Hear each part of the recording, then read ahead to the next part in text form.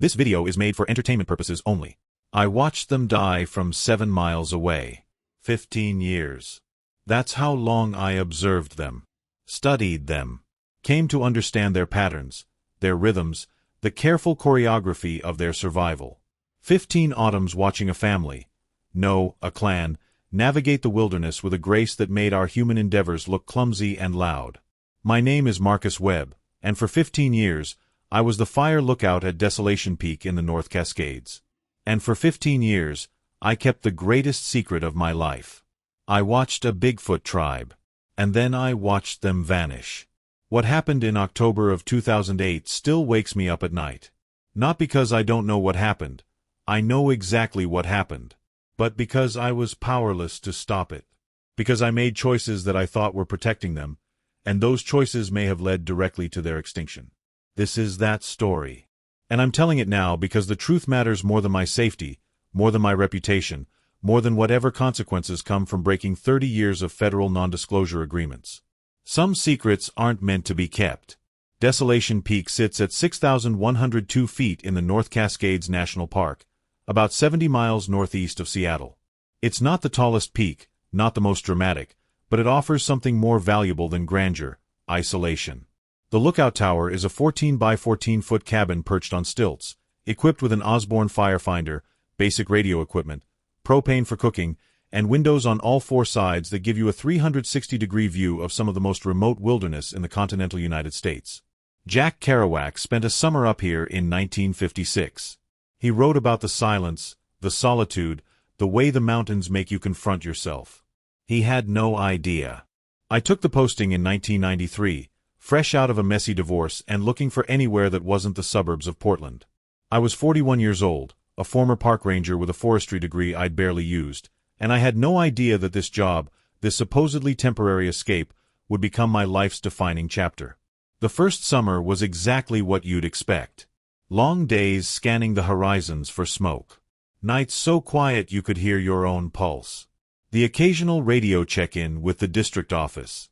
Hikers reaching the summit, surprised to find someone actually living up here, asking the same questions. How long are you up here?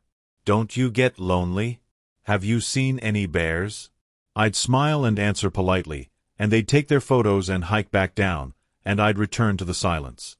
It was in late September of that first year, September 28, 1993, to be exact, that I saw them for the first time. I was doing an evening scan, sweeping the valleys below with my binoculars. Not looking for fire, there'd been rain 2 days prior, and the risk was low, but just observing. Watching a pair of eagles circling over Ross Lake. Following a black bear working its way through a berry patch about 3 miles northwest. And then I saw movement in the valley directly south of my position. At first, I thought it was elk. The shape was large, the gait was steady, and the distance, about 7 miles, made details difficult. But something about the movement pattern caught my attention. Elk don't move in single file like that. They cluster. They graze. They don't march with purpose through dense forest in a straight line. I adjusted my binoculars, trying to get a clearer view through the gaps in the canopy. And that's when I saw it clearly for the first time. A figure. Upright. Bipedal. Easily 7 feet tall, maybe more. Covered in dark brown fur. Moving with a fluid, powerful stride that was unmistakably deliberate. Not an animal wandering. Not a bear on its hind legs. A creature walking, the way humans walk, with intention and direction. My first thought, I'm not ashamed to admit, was, someone's in a costume. My second thought was, why the hell would anyone be in a gorilla suit 7 miles into the backcountry? I watched it for another 30 seconds before it disappeared into a thicker section of forest. My hands were shaking. Not from fear exactly, but from the sudden adrenaline dump that comes when your brain tries to reconcile something impossible. I scanned the area for the next 20 minutes, but I saw nothing else. That night, I didn't sleep. I kept replaying the image in my mind, questioning every detail. Had I really seen what I thought I'd seen? Was it a trick of the light? A bear moving strangely? But I knew. Even then, I knew. The next sighting came 6 days later. This time, it was early morning, just after dawn, and I saw not one figure, but three. Same valley, roughly the same path, moving south to north. One significantly larger than the others. The other two smaller, more nimble, moving with what I can only describe as playful energy. A family. I watched them for nearly 10 minutes before they disappeared into a ridgeline. And this time, I did something I hadn't done before. I marked their location on my map. Drew a line indicating their direction of travel. Noted the time, the weather conditions, the visibility.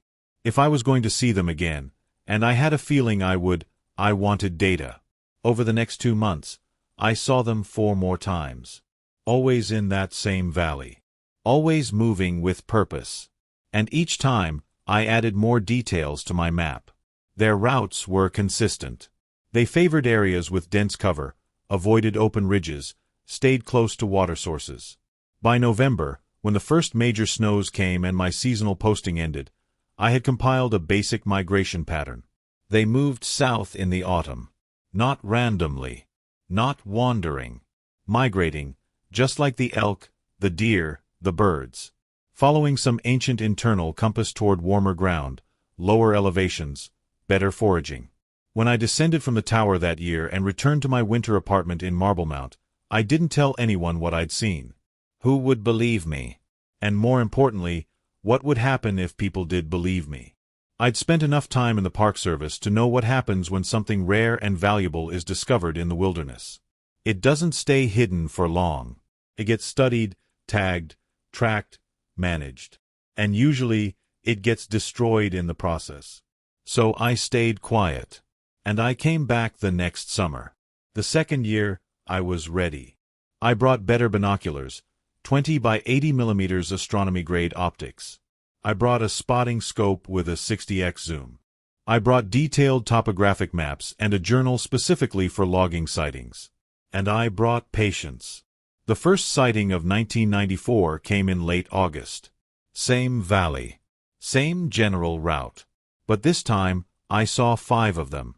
The large one, I'd started thinking of it as the alpha, leading the group. 2 mid-sized figures. And 2 smaller ones, moving with the clumsy energy of juveniles. They were growing. Or at least, the group was growing. I watched them for as long as I could keep them in sight, nearly 15 minutes, and I noticed something I hadn't seen the year before. They communicated. Not with loud vocalizations. Not with the chest-beating displays of gorillas or the howls of wolves, but with subtle gestures. A tilt of the head. A raised hand. A low, rumbling sound that carried faintly across the valley, deep and resonant, like distant thunder. They were coordinating. Planning. Thinking. That was the moment it stopped being a curiosity and started being something else. These weren't just animals. They were people. Different, yes. Non-human, certainly. But people nonetheless. With social structures. With communication. With families. And I was watching them from a tower 7 miles away, the only human being on Earth who knew they existed. The weight of that realization was staggering. Over the next 5 years, the pattern became undeniable. Every autumn, usually between mid-September and early October, the clan would appear in the southern valley. They would travel north over the course of 3 to 5 days, passing through a series of routes that varied slightly year to year but always followed the same general corridor. They moved at night sometimes. During dawn and dusk other times. Never at midday. Never when the sun was high and the visibility was clear. They knew they were vulnerable. By year 5, 1998, I had mapped 17 different routes they used, all within a 3-mile-wide corridor. I had documented 23 individual sightings. I had sketched their approximate sizes, their fur coloration, their movement patterns. And I had given them names. Alpha was the largest, at least 8 feet tall, heavily built, with dark brown fur that grayed around the shoulders. He always led. Always scanned the surroundings. Always moved with a kind of quiet authority. Matriarch was nearly as tall but leaner, with reddish-brown fur.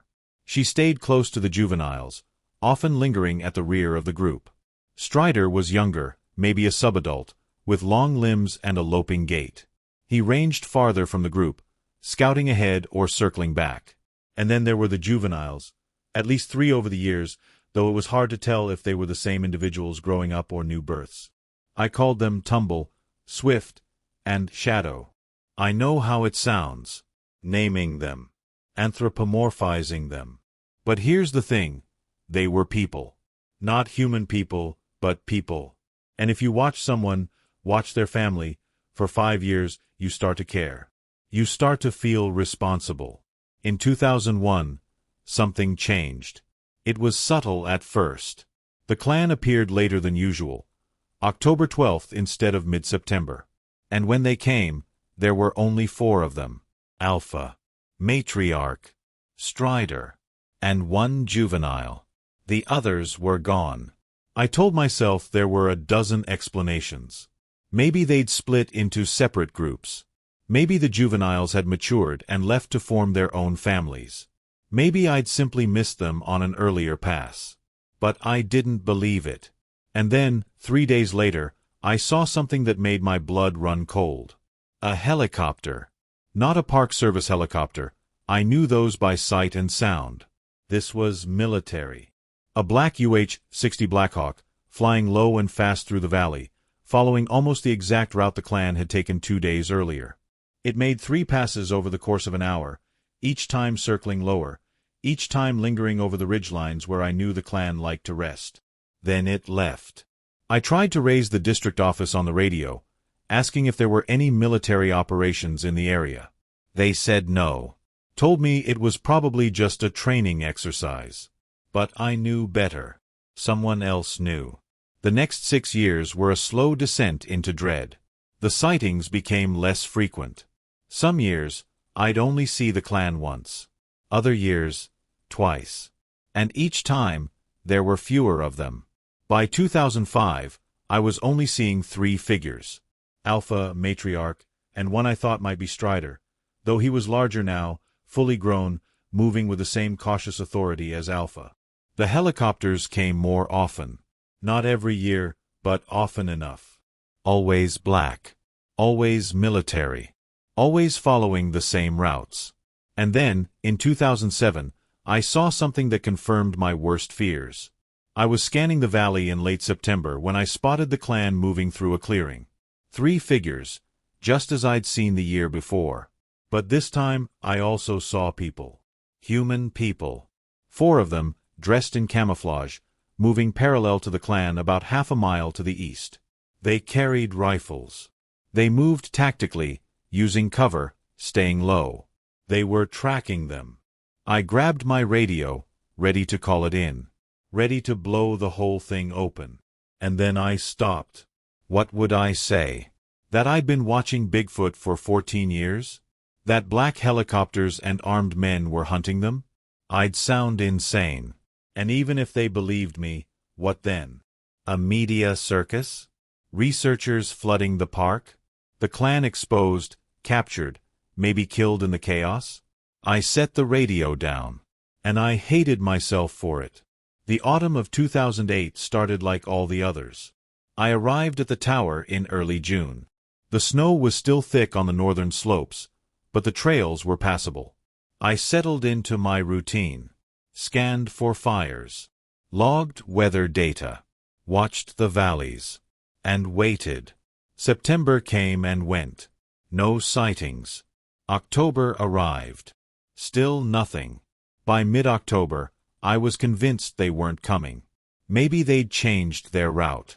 Maybe they'd been driven out. Maybe they were already gone. And then, on October 19th, I saw them. 3 figures. Moving slowly through the southern valley. Alpha in the lead. Matriarch close behind. And a third, smaller, younger. A juvenile. I felt a surge of relief so intense it almost made me dizzy. They were still here. Still alive.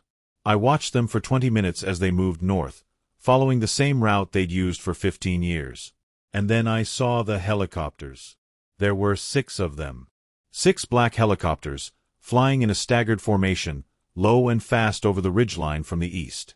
Not the single Blackhawk I'd seen in years past. Not a training exercise that might veer off course. This was a fleet. This was coordinated. This was operational.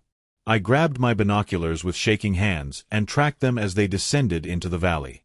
They moved with military precision, 2 peeling off to the north, 2 holding position over the center of the valley, 2 circling south to cut off any retreat. They were boxing them in. The clan had frozen. Even from 7 miles away, I could see the sudden stillness in their movements. Alpha had turned, facing south toward the approaching helicopters.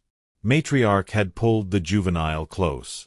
The third figure, I thought it might be Strider, had moved to flank Alpha's position. They knew. Somehow, they knew this was different. The helicopters didn't land. They hovered, maybe 60 feet off the ground, rotors churning the canopy below into a violent storm of leaves and broken branches.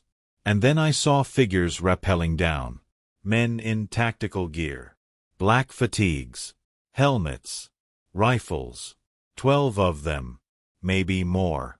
Dropping into the forest in teams of 2, establishing a perimeter around the area where I'd last seen the clan. My heart was hammering so hard I could feel it in my throat. I reached for my radio, my hand hovering over the transmit button. Call it in. Do it now. Call the district office. Call the sheriff. Call someone. But what would I say? And how long would it take for help to arrive? The nearest ranger station was 40 miles away. The sheriff's office even farther. By the time anyone responded, whatever was going to happen would already be over. I was 7 miles away, perched in a tower, utterly powerless. So I did the only thing I could do. I watched. For the next 30 minutes, I tracked the operation through my spotting scope. The tactical team moved through the forest in coordinated sweeps. They used hand signals. They advanced in leapfrog patterns, one pair moving while another provided cover. They weren't park rangers. They weren't wildlife officers. These were soldiers. Special operations, if I had to guess. The kind of people who don't exist on paper. And they were hunting. I lost visual contact with the clan almost immediately. The forest was too dense, the canopy too thick. But I could track the soldiers' movements, and I could see the pattern they were creating. A tightening noose, pushing north and west, driving whatever was in front of them toward the steep cliffs that bordered the northern edge of the valley. It was a kill box. I'd read enough military history to recognize the tactic. Drive the target toward terrain that limits their options, then close in for the capture or elimination. The helicopters repositioned, following the soldiers' advance. One of them, a larger transport model, set down in a clearing about a mile north of the initial drop zone.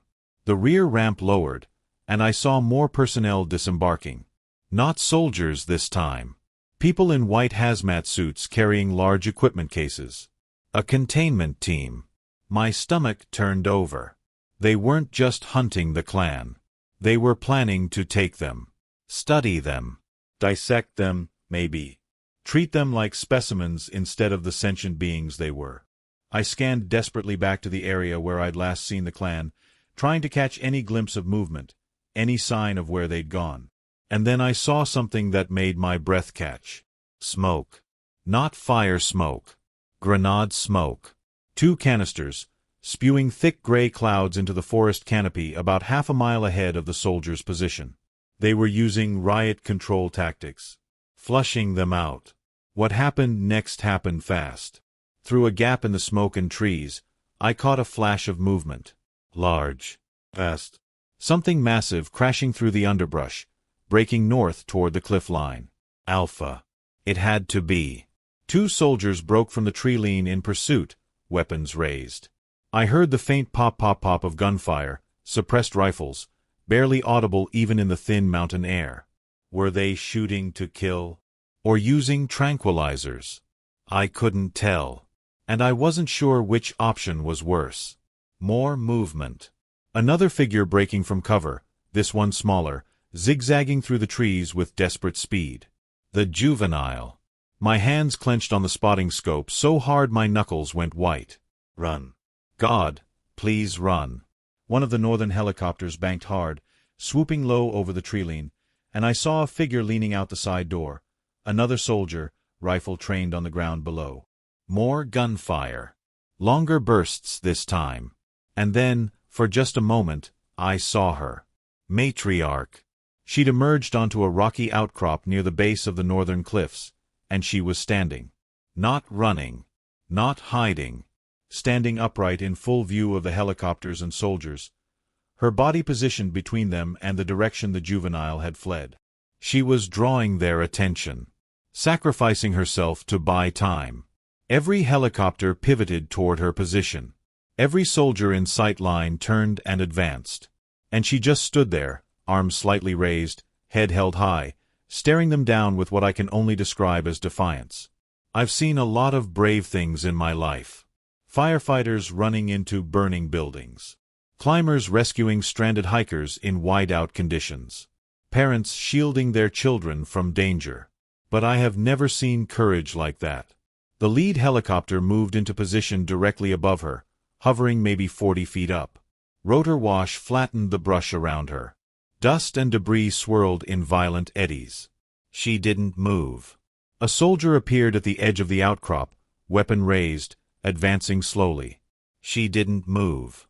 He was maybe 30 feet away when I saw the muzzle flash. 3 shots. Center mass.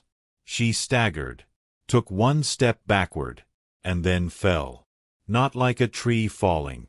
Not like something inanimate toppling over. She fell. The way a person falls when the strings are cut. When the life goes out of them. I made a sound. I don't know what it was. Something between a gasp and a sob. She didn't get back up. The soldiers converged on her position. The hazmat team was called forward. Within minutes, they'd surrounded her body, and I watched through the scope as they worked, taking samples, securing the remains in a large reinforced container that took 4 people to carry. They loaded her onto the transport helicopter like cargo. And then they resumed the hunt. For the next 3 hours, I watched them scour that valley. They swept every drainage, every ridgeline, every pocket of dense forest. Dogs were brought in, big German shepherds straining at their leads, noses to the ground. Drones launched from one of the helicopters, circling overhead with infrared cameras. They found something near the western edge of the perimeter. I saw soldiers converging, heard the rapid crackle of sustained gunfire over the course of maybe 15 seconds. Then silence. More body bags. More hazmat team activity.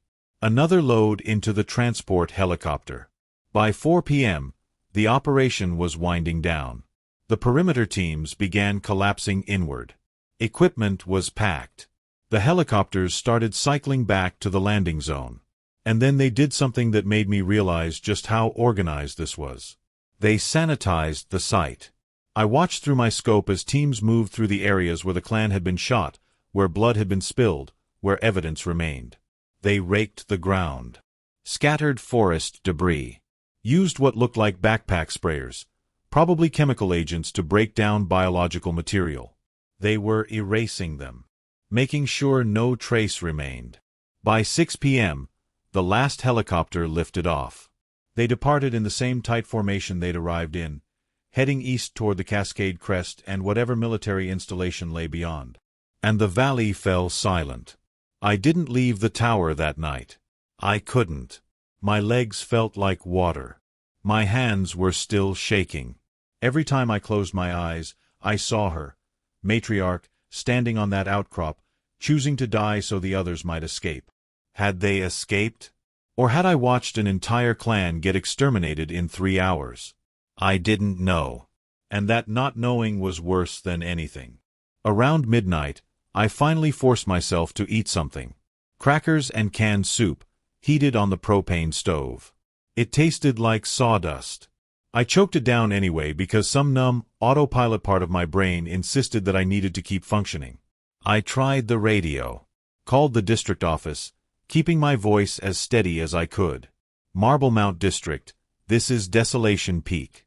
You there, Linda? Static. Then, copy, Desolation. What's up, Marcus? You know anything about military operations in the park today? Saw a bunch of helicopters running drills in the southern valleys. A pause. Negative. Nothing on our schedule. Probably Forest Service or Border Patrol. You know how they are, they don't always coordinate. Yeah. Probably. Just wanted to check. You okay up there? You sound rough. I'm fine. Just a long day. Desolation peak out.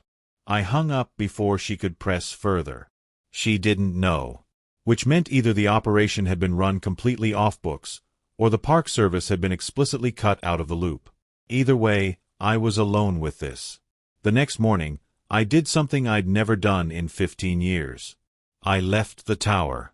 I violated every protocol. Abandoned my post. Hiked down the northern trail toward the valley where the operation had taken place. It took me 6 hours of hard hiking to reach the perimeter of the area. By the time I arrived, the sun was already starting its western descent, and I had maybe 3 hours of good daylight left. I moved carefully, staying quiet, watching for any sign that the soldiers had left personnel behind. Nothing. The forest was empty. But they'd done their job well. The areas where I'd seen the most activity, the outcrop where Matriarch fell, the western pocket where I'd heard the sustained gunfire, had been sanitized so thoroughly you'd never know anything had happened. The ground had been raked. Branches repositioned. Even the smell was wrong, chemical, sterile, like bleach and something else I couldn't identify. But they'd missed things. Small things. I found a shell casing half buried in moss, 5.56 millimeters NATO, standard military rifle round. I found boot prints in the mud near a creek, deep treads, fresh, too uniform to be civilian hiking boots. And I found blood. Not much. Just a smear on a low-hanging branch, maybe 7 feet up, too high for any animal except. I took a sample. Used a plastic bag for my pack, sealed it carefully, labeled it with the date and GPS coordinates. Evidence. Of what, I didn't know yet. But evidence. I searched until the light failed, then hiked back to the tower, arriving well after dark, exhausted and hollow.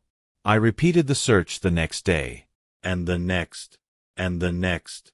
On the 4th day, I found something that broke my heart. It was in a small cave.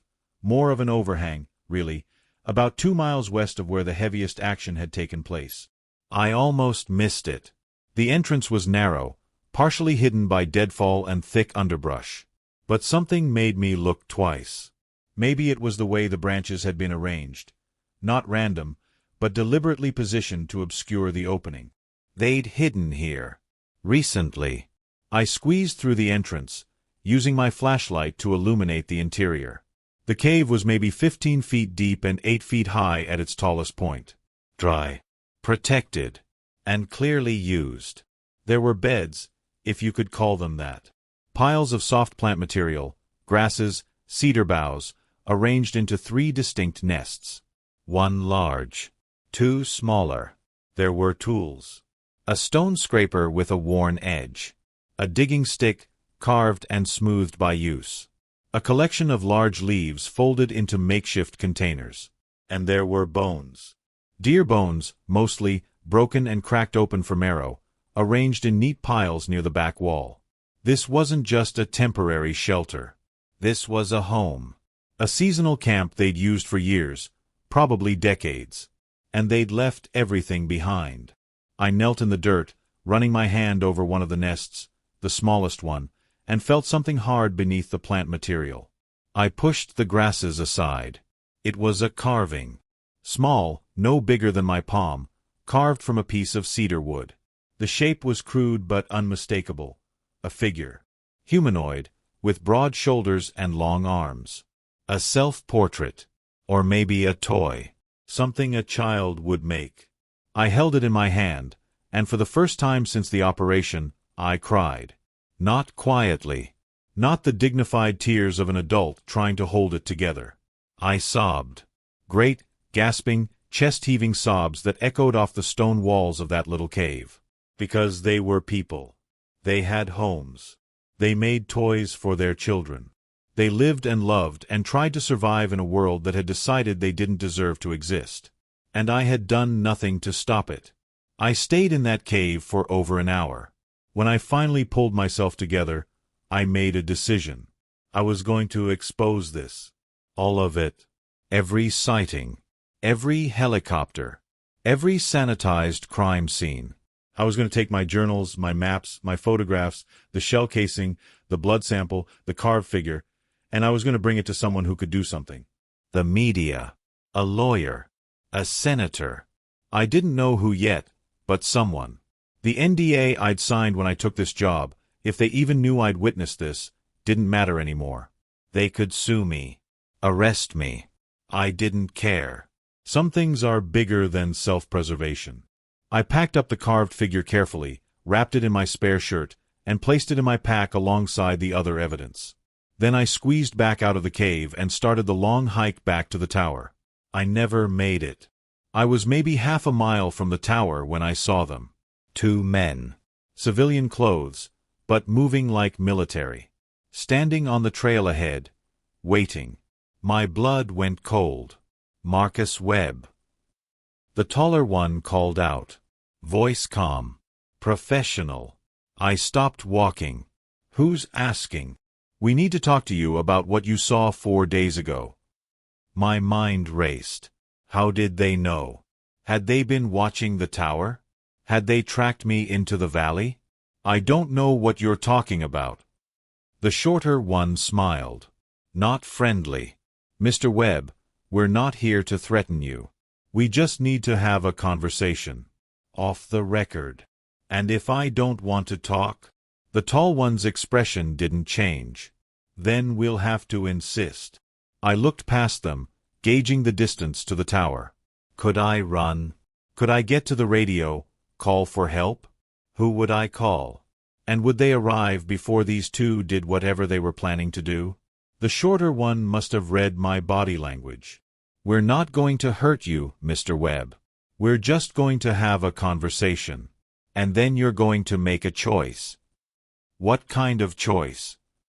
The kind that determines whether you leave this mountain alive. They walked me back to the tower. Not forcefully. They didn't grab me, didn't pull weapons. But their presence on either side of me made it clear that running wasn't an option. These were men who knew how to control a situation without overt violence. We climbed the stairs to the tower cabin in silence. Once inside, the taller one, he introduced himself only as Mr. Graves, gestured to my chair. Sit. I sat. The shorter one, Mr. Carver, moved to the windows, scanning the surrounding terrain with the practiced eye of someone conducting a security sweep. Graves positioned himself near the door, arms crossed, watching me with an expression that gave away nothing. You've been watching them, Graves said. Not a question. A statement. I said nothing. 15 years, he continued.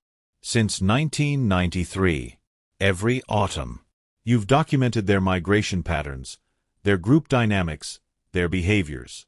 You've kept journals, taken photographs, collected samples. My heart was pounding, but I kept my face neutral. I don't know what you're talking about. Carver turned from the window. Mr. Webb, we found your journals.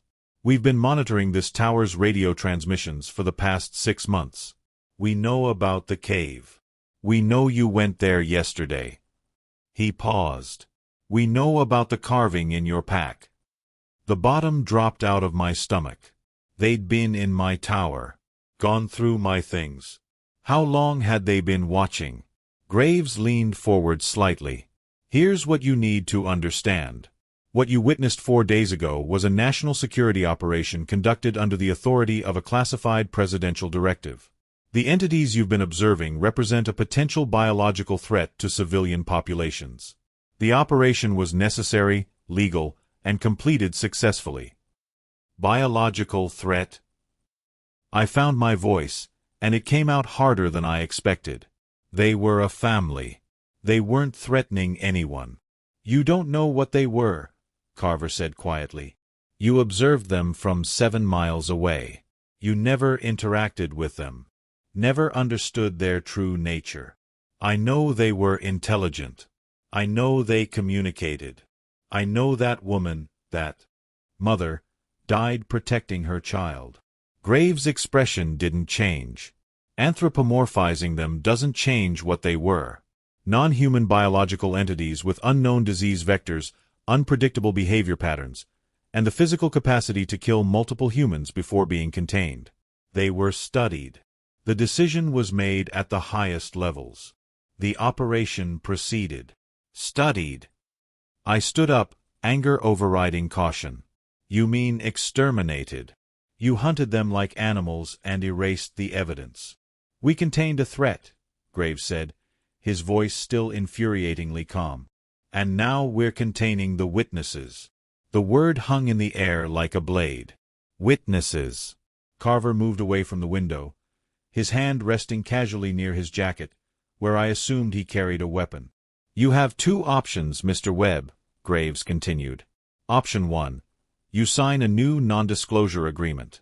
You surrender all documentation, all physical evidence, all photographs and journals related to your observations. You complete your season, you leave this tower in November, and you never speak of this again to anyone. In exchange, you walk away. You live your life. No prosecution. No accidents. You just forget. And option 2? Graves didn't blink. There is no option 2. The implication was crystal clear. I looked between them, my mind racing. Every instinct screamed at me to fight, to refuse, to tell them to go to hell. But I wasn't stupid. These men weren't making empty threats. If I refused, I wouldn't leave this mountain. They'd make it look like an accident, a fall, a bear attack, a heart attack in the remote wilderness. No one would question it. What happened to them? I asked quietly. The ones you took. Are they still alive? Graves considered the question for a moment. Some of the biological material was preserved for study. The rest was disposed of according to protocol. Biological material. That's what he called them. Not people. Not beings. Material. There was a juvenile, I pressed. Small one. I saw it run. Did you get it? Carver and Graves exchanged a glance. Something passed between them, a flicker of uncertainty. All targets were neutralized, Graves said. But I caught the hesitation. The slight pause before all. They weren't certain. They had the paperwork ready. Of course they did. 20 pages of dense legal language that boiled down to, you saw nothing. You know nothing. You will say nothing. Violation of this agreement will result in federal prosecution and/or other consequences deemed necessary by the issuing authority. Other consequences. That was the euphemism they were using for murder. I read it slowly, deliberately, stalling for time while my mind worked through the angles. If I signed, I lived. But the truth died with me. The clan, Alpha, Matriarch, Strider, the Juvenile, all of them, would disappear into classified files, their existence denied, their extinction covered up. If I didn't sign, I died. Right here, right now. And the truth still disappeared, because a dead man can't tell stories. There was no winning move. Unless. I need a pen, I said. Carver handed me one, a government-issue black ballpoint. I signed. Every page. Every initial. Every acknowledgement of understanding. When I finished, Graves collected the documents, folded them carefully, and placed them in a leather portfolio. Your journals and evidence, he said. I retrieved them from where I'd hidden them, under the floorboards beneath the fire finder. The journals, the maps, the photographs I'd taken with my cheap film camera over the years. The shell casing. The blood sample. The carved figure. I handed them over, piece by piece, watching 15 years of documentation disappear into a black duffel bag. Carver zipped it shut. You made the right choice, Mr. Webb. Did I? Graves moved toward the door. You're alive. That's what matters. He paused at the threshold. Finish your season. File your reports. Go home. And forget you ever saw anything in that valley. They left. I listened to their footsteps descending the tower stairs, then watched through the southern window as they hiked down the trail toward whatever vehicle they'd hidden below the tree-line. When they were finally out of sight, I sat down heavily in my chair. And I started planning. They'd taken my journals, my photographs, my evidence. But they hadn't taken my memory. And they hadn't searched the valley as thoroughly as they thought. That night, after dark, I left the tower again. This time I brought climbing gear, a powerful LED headlamp, and a digital voice recorder I kept for dictating weather reports. If they were monitoring me, they'd see me leave. But I was gambling they wouldn't expect me to go back. Not after they'd threatened me. Not after I'd signed their paperwork. I hiked fast, pushing through the darkness, following the trails I'd memorized over 15 years. By 2 a.m., I was back in the valley, searching the areas the soldiers had sanitized. I wasn't looking for evidence this time. I was looking for survivors. Hello. I called softly into the darkness. If anyone's out there, if anyone's listening, I'm not with them. I watched you for 15 years. I tried to protect you. I'm sorry I failed. Silence. Just wind in the trees and the distant rush of water over stone. I moved deeper into the valley, calling out every few hundred yards, leaving my headlamp on so I'd be visible. I know you're intelligent, I continued. I know you understand danger. But I'm not dangerous. I'm sorry. I'm so sorry. Nothing. I searched until dawn, sweeping through drainages and ridgelines, checking every cave and overhang I could find. Empty. All of them. As the sun broke over the eastern peaks, I stood on the outcrop where Matriarch had made her final stand, and I faced a truth I didn't want to accept. They were gone. All of them. The soldiers had been thorough. I finished the season in a fog.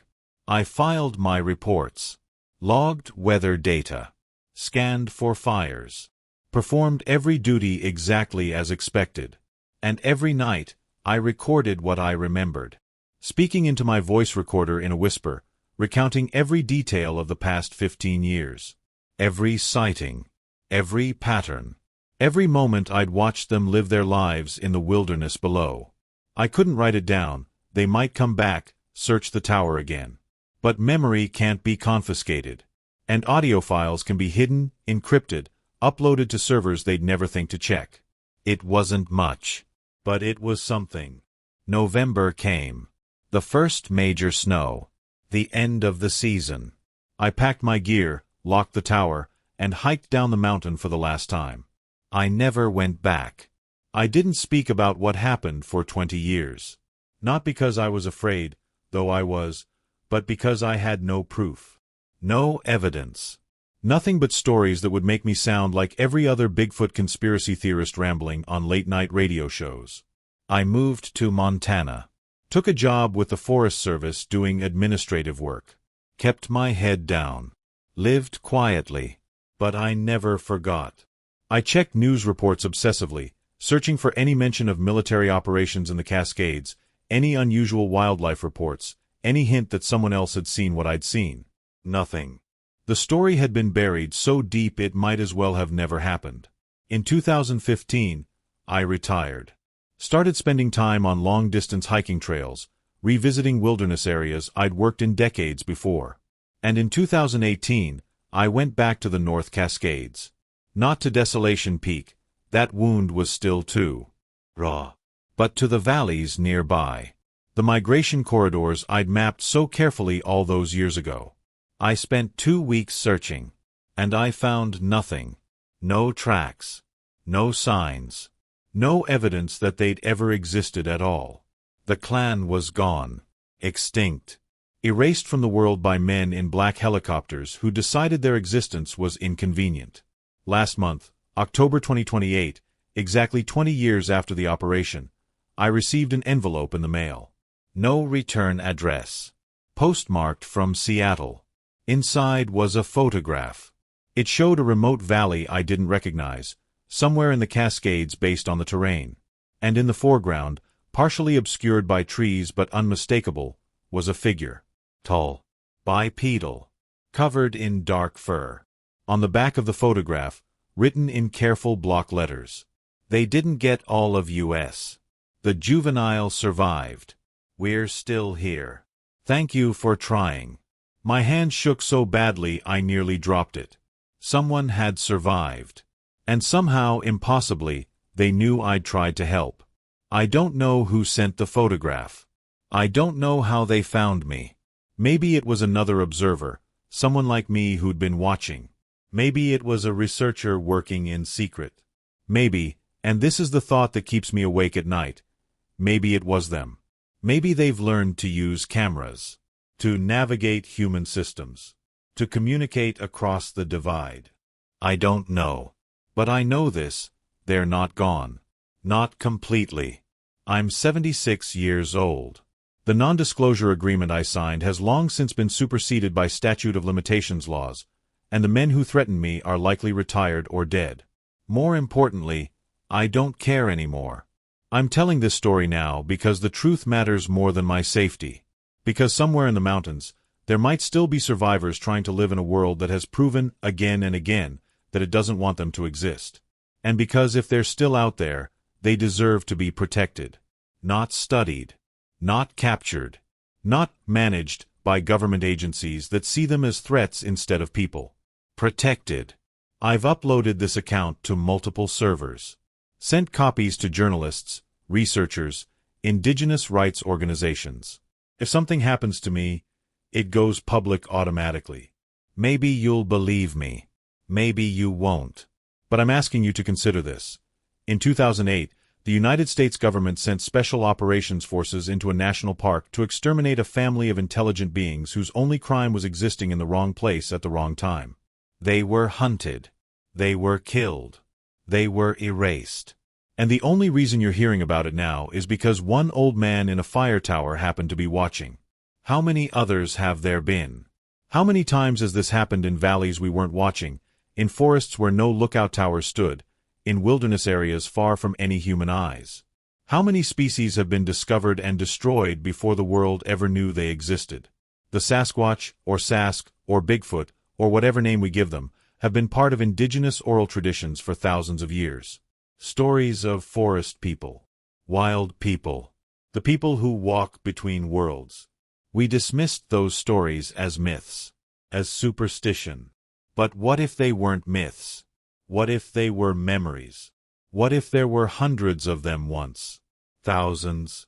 Living throughout the mountain ranges of North America, maintaining cultures and societies parallel to our own, careful to avoid contact, surviving in the spaces we didn't occupy?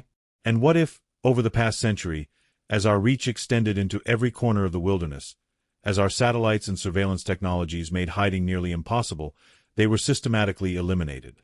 Not by disease, not by habitat loss, not by natural extinction, by policy, because their existence would complicate land use, would challenge our assumptions about human uniqueness, would force uncomfortable questions about rights, sovereignty, and what we owe to other intelligent beings. So they were disappeared. Quietly, efficiently, with extreme prejudice. And we never knew. If you're reading this, and you're one of them, or you know where they are, please understand. I tried. For 15 years, I kept your secret, hoping that silence would protect you. And then, when they came for you, I froze. I didn't call for help. I didn't intervene. I watched you die from 7 miles away and told myself there was nothing I could do. I was wrong. There's always something you can do. Even if it's just bearing witness. Even if it's just refusing to let the truth be erased. I'm sorry I didn't do more when it mattered. But I'm doing this now. If you're still out there, hiding in the deep valleys and the high peaks, know that there are humans who see you, who understand what you are, who believe you have every right to exist, free from persecution, free from study, free from the violence we inflict on everything we don't understand. You're not alone. And your existence, your lives, your culture, your right to survive, matters. I'm writing this from a cabin in northwestern Montana, looking out at mountains that might still hold secrets, might still shelter survivors. Every autumn, I watch the valleys. I scan the ridgelines. I hope. Sometimes I think I see movement in the distant trees. Sometimes I hear sounds at night that might be more than wind or elk. I don't know if it's real or if it's just an old man's wishful thinking. But I keep watching. Because that's what I do.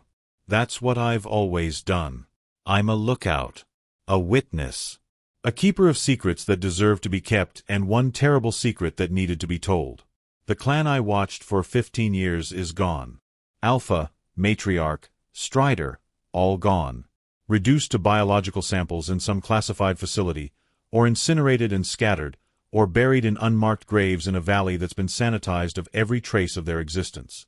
But if that photograph was real, if the juvenile survived, if there are others, then the story isn't over. It's just hidden. Waiting. Enduring. The way they've always endured. In 15 years of watching, I learned something about them that I wish more humans understood. They didn't want to dominate the wilderness. They wanted to coexist with it. They took only what they needed. They moved with the seasons. They left the land better than they found it. They were what we pretend to be when we talk about living in harmony with nature. And we killed them for it. Not because they were dangerous. Not because they were a threat. But because we couldn't tolerate the existence of something we couldn't control. That's the real horror of this story. Not that Bigfoot exists. Not that the government covered it up. But that when faced with intelligence, with family, with beings who had every right to their place in this world, we chose violence. We chose extinction. And we'd do it again. I keep the photograph on my desk. The one that arrived last month. Sometimes I take it out and study it under a magnifying glass, trying to see details. Trying to determine if it's real or if someone's playing an elaborate hoax on a dying old man.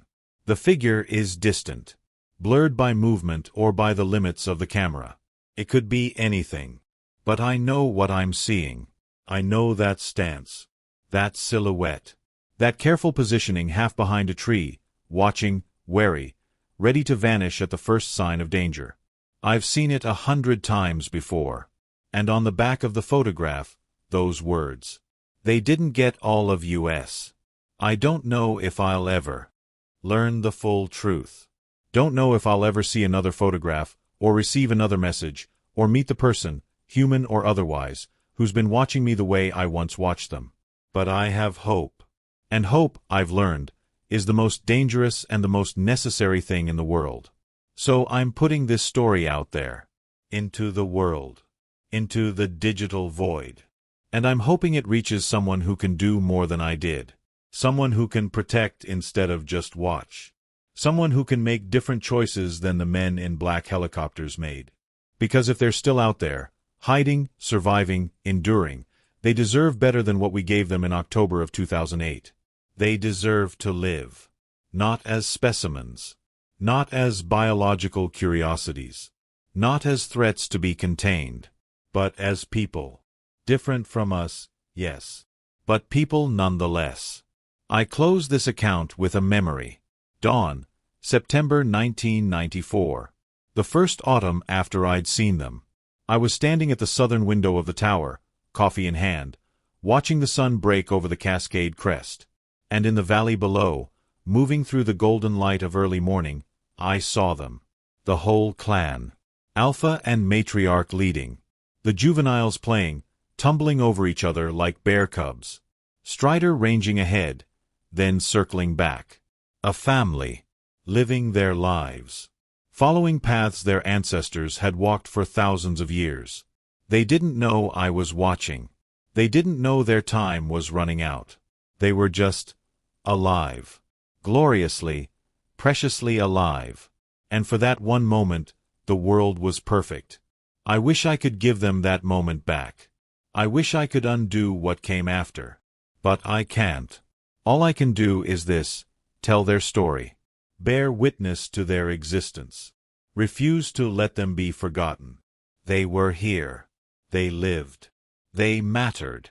And if any of them still survive, somewhere in the deep mountains, walking the old paths under starlight, may they find safety.